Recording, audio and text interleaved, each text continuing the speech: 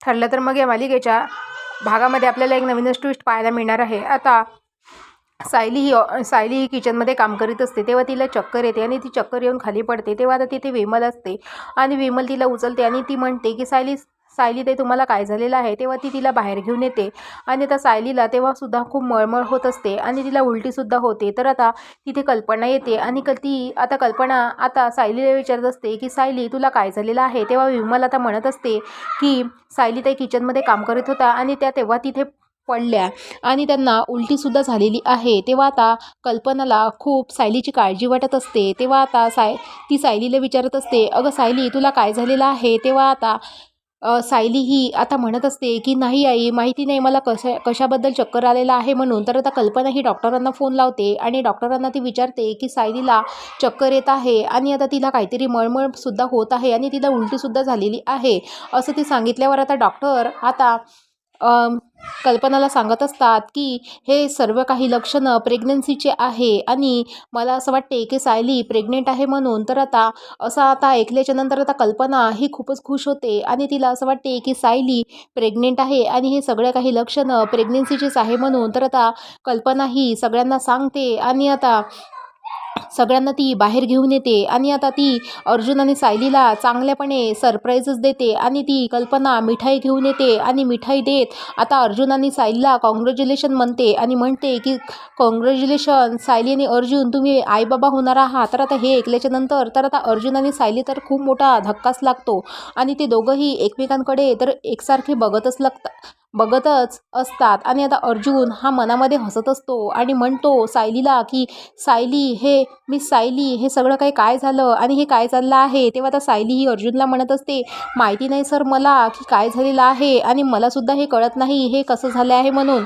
तर आता सायलीने ॲक्च्युली शिळा भात खाल्लेला होता आणि त्यामुळेच तिला चक्कर आलेलं होतं आणि त्यामुळे आता कल्पना आणि बाकी सगळे इतके खुश असतात पण आता सायली ही सगळ्यांना काहीच सांगत नाही आणि ती चुपचाप असते। आणि आता रूममध्ये आल्याच्या नंतर आता अर्जुन हा सायलीला आता रूममध्ये घेऊन येतो आणि आता अर्जुन हा सायलीला विचारतो की मिस सायली हे सगळं बाहेर काय चाललं होतं आणि तुम्ही सगळ्यांना तुम्ही प्रेग्नेंट आहात का आणि हे सगळं कधी झालं हे मला काही कळलेलंच नाही। तेव्हा आता सायली ही अर्जुनला म्हणत असते की सर हे कसं काय झालं हे मलाच काही कळलेलं नाही आणि मी सकाळी शिळा भात खाल्लेला होता त्यामुळे हे उलटी झालेली आहे। पण आईला असं वाटलं की मी खरंच प्रेग्नेंट आहे म्हणून पण असं काहीही नाही आहे आणि हे सगळं काही त्यांचा गैरसमज आहे म्हणून। तर आता अर्जुन हा सायलीला म्हणत असतो की हे सगळं काही तुम्ही मग बाहेर आईला का नाही सांगितलं। तेव्हा आता सायली ही म्हणत असते की त्या इतक्या खुश होत्या आणि सगळेजण इतके खुश होते तर मला त्यांचा आनंदाचा भंग नव्हता करायचा आणि म्हणून मी त्यांना काहीच सांगितलेलं नाही। तर आता अर्जुन आता सायलीला म्हणत असतो की आता आई सगळ्यांना आता नातवंडाचे स्वप्न बघतील आणि त्यांना खरंच असं वाटत असेल की आता तुम्ही प्रेग्नेंट आहात म्हणून। तर आता सायली ही अर्जुनला म्हणत असते की सर मी वेळेवर एक संधी साधेल आणि आईला सर्व काही सत्य सांगून देईल असं ती आता अर्जुनला म्हणत असते। पण आता अर्जुन हा सायलीला म्हणत असतो की मला माझ्या आईचा स्वभाव चांगल्याने माहिती आहे ती आता नातवंडाचं स्वप्न नक्की पाहणार। आता प्रियाला असं वाटत असते की सायली आता खरंच प्रेग्नेंट आहे म्हणून आणि तिला खूप मोठा तर धक्काच लागतो आणि ती म्हणते की आता अर्जुनसोबत माझं लग्न करण्याचा प्लॅन पूर्णपणे कॅन्सल झालेला आहे आणि आता सायली ही कशी काय प्रेग्नेंट झाली हे तिलासुद्धा आता विचार पडलेला असतो।